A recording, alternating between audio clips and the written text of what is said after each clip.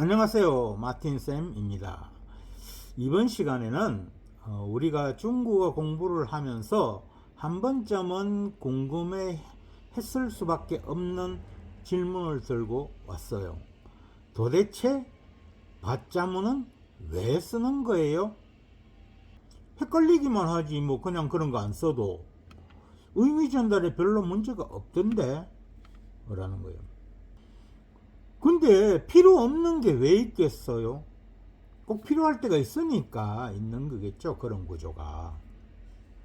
그래서 어, 그 오늘은 밭자문이라고 하는 게 대체 뭔지, 그리고 언제 어떻게 쓰는지 꼼꼼히 한번 알아보려고 합니다. 우선 밭자문은 두 가지 관점에서 봐야 돼요. 첫째, 밭자문을 어떻게 만드는가 라고 하는 그 어법상의 구조적인 부분이고요. 이거는 이미 아시는 분도 있고 그냥 뭐 외워놓은 분도 계실 거예요. 그 다음 둘째, 밭자문을 어떨 때 왜 사용하는지에 관한 활용에 대해서 완벽하게 이해하는 거예요. 오늘의 목적이 바로 그겁니다. 밭자문이라고 하는 거는요, 먼저 이제 밭자문의 구조적인 모습을 한번 살펴보면요, 일반적인 문장은 주어, 동사, 목적어 이렇게 돼 있잖아요.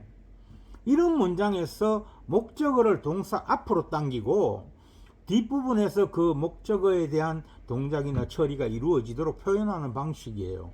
결국 이제 어순의 형태는 보면은 그 문장의 구조가 한국어하고 비스무리한 모습이 됩니다.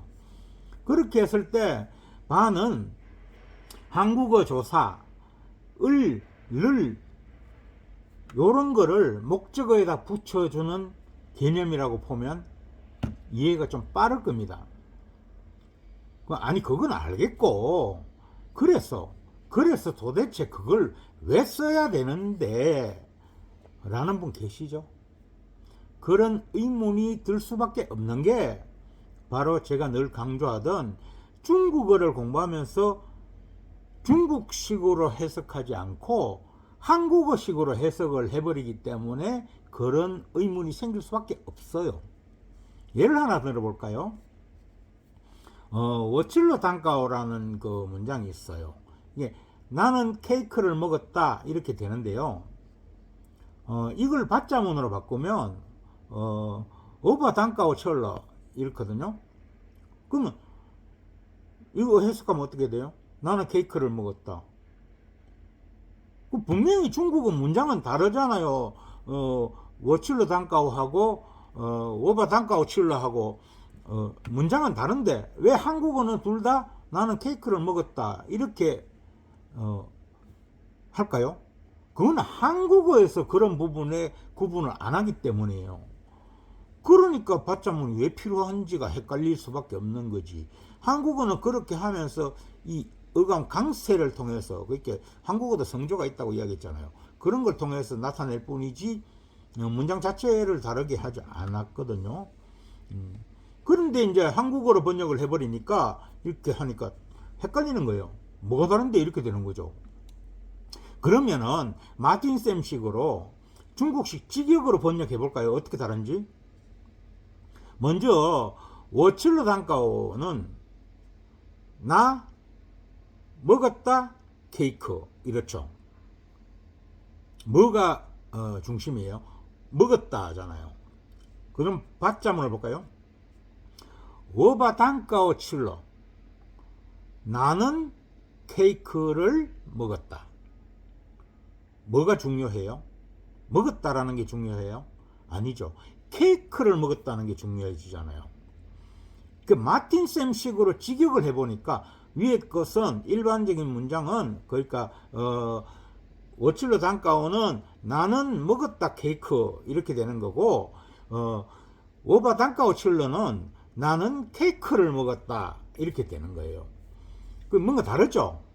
위에 그 일반적인 문장은 그냥 단순하게 먹었다는 사실을 그냥 전달하고 있어요. 내가 그 먹은 게 케이크인지 뭐 카스테라인지 그건 중요하지 않아요. 먹었다라는 사실이 중요한 거예요. 내가 뭔가를 먹었는데 그게 케이크인 것 뿐이죠. 그런데 아래의 받자문은 내가 먹었다라는 게, 뭔가를 먹었다는 게 중요한 게 아니고 뭐를 먹었는지가 중요한 게요. 내가 케이크를 먹었다라고 하는 사실을 중요하게 강조하는 거예요. 예를 들어서 우리 한국어에서도 이런 경우가 있잖아요. 저녁에 퇴근했는 남편이 자기 오늘 뭐 했어? 라고 질문한다면 오늘 옷 세탁했어, 오늘 빨래했어, 뭐 이렇게 말할 수 있겠죠.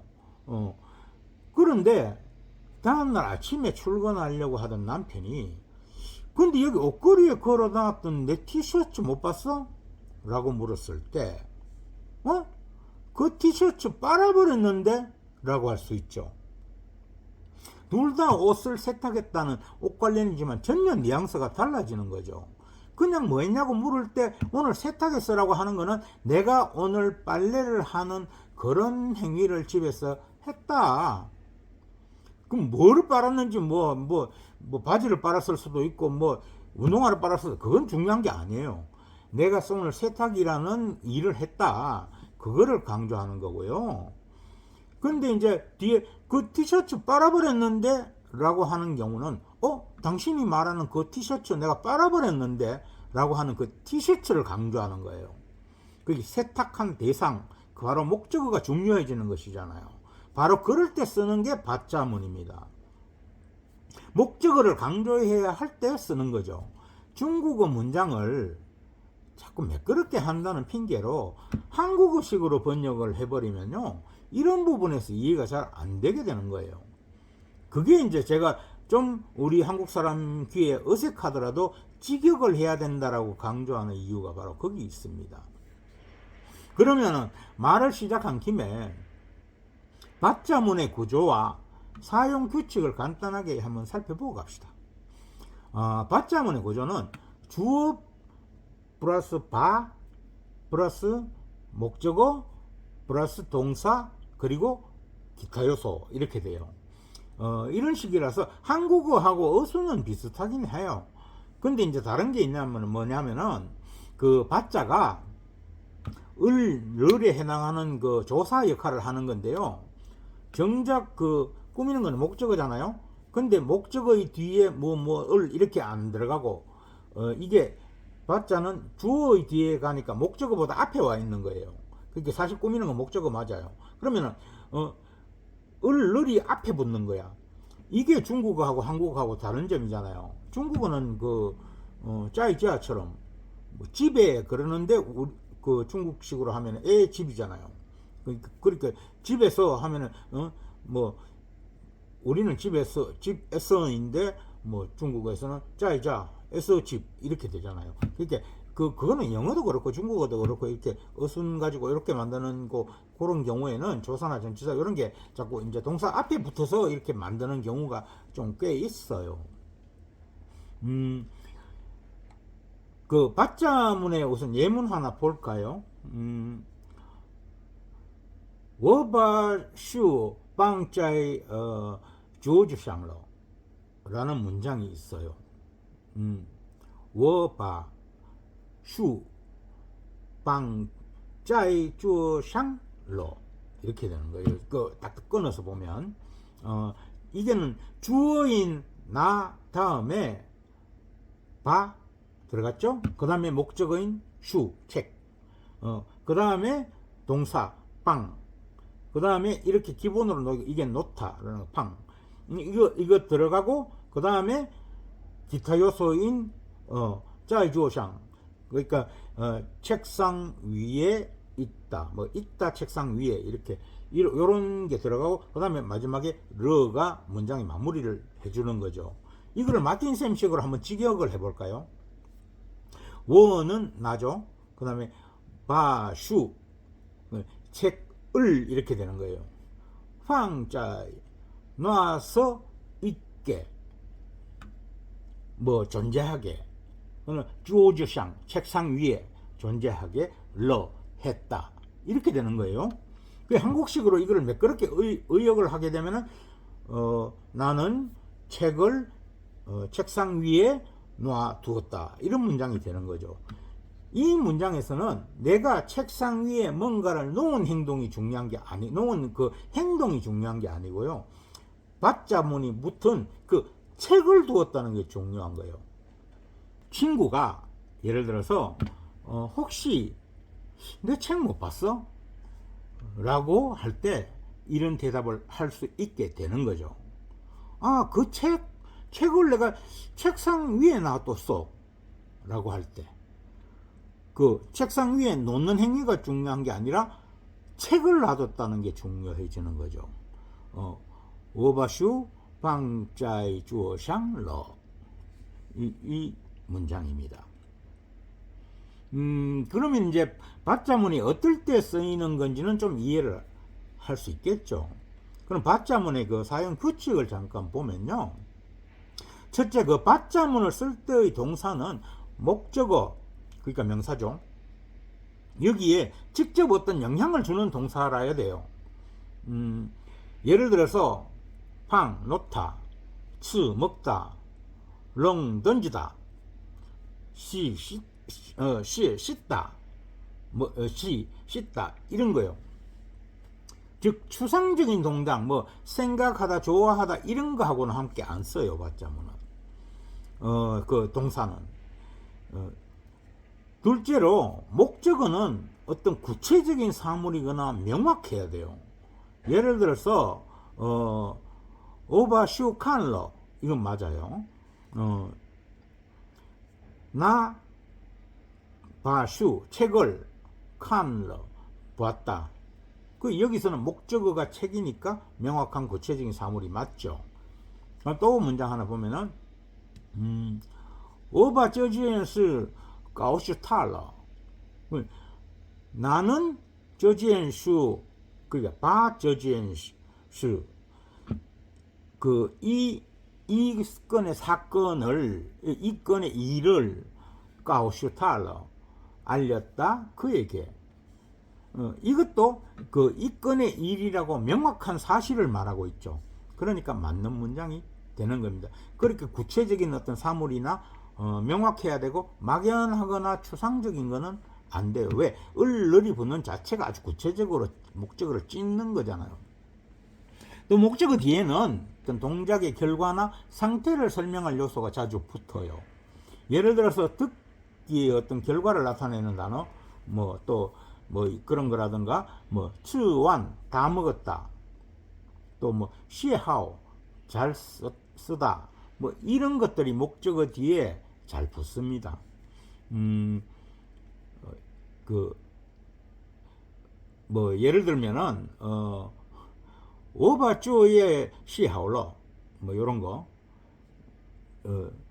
나는, 숙제를 잘 썼다. 그렇게 잘했다. 이런 식으로요. 그럼 이제 마지막으로, 일반적인 문장을 그 받자문으로 한번 바꿔보는 연습을 한 두 문장만 해보고 끝냅시다. 我扔垃圾了. 나 버렸다. 我扔垃圾了. 쓰레기. 그러니까 我扔, 나 버렸다. 垃圾了. 쓰레기. 그 다음에 이를 받자문으로 바꾸면요. 我把, 주어 다음에 바가 들어가죠. 我把垃圾扔了. 나 쓰레기를 扔了, 버렸다. 이렇게 되는 거예요. 하나만 더 해볼까요?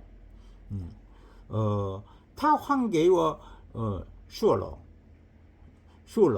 이렇게 했을 때는 그还给我, 돌려줬다, 내게 输了, 책, 이렇게 되거든요. 돌려줬다는 행동이 중요해지죠. 요거를 받자문으로 바꾸면요. 타바 슈, 그는 책을 还给我了, 나에게 돌려줬다, 나에게, 이렇게 되는 거죠.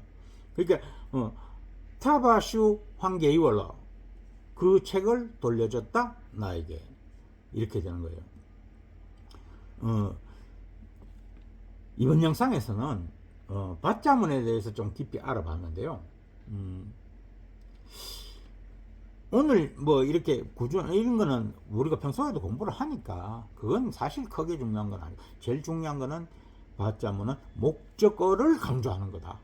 무엇을 했는, 어떤 행동을 했는가가 중요한 거고, 무엇을 했느냐, 무엇 때문에 그 행동을 했느냐, 뭐 또 무엇에 대한 행동을 내가 해버렸느냐, 이런 것들이 중요하다. 그 목적어를 강조하고 싶을 때 이 받자문을 쓴다 라고 하는 게 머릿속에 탁 박혔으면은 오늘 영상은 성공입니다.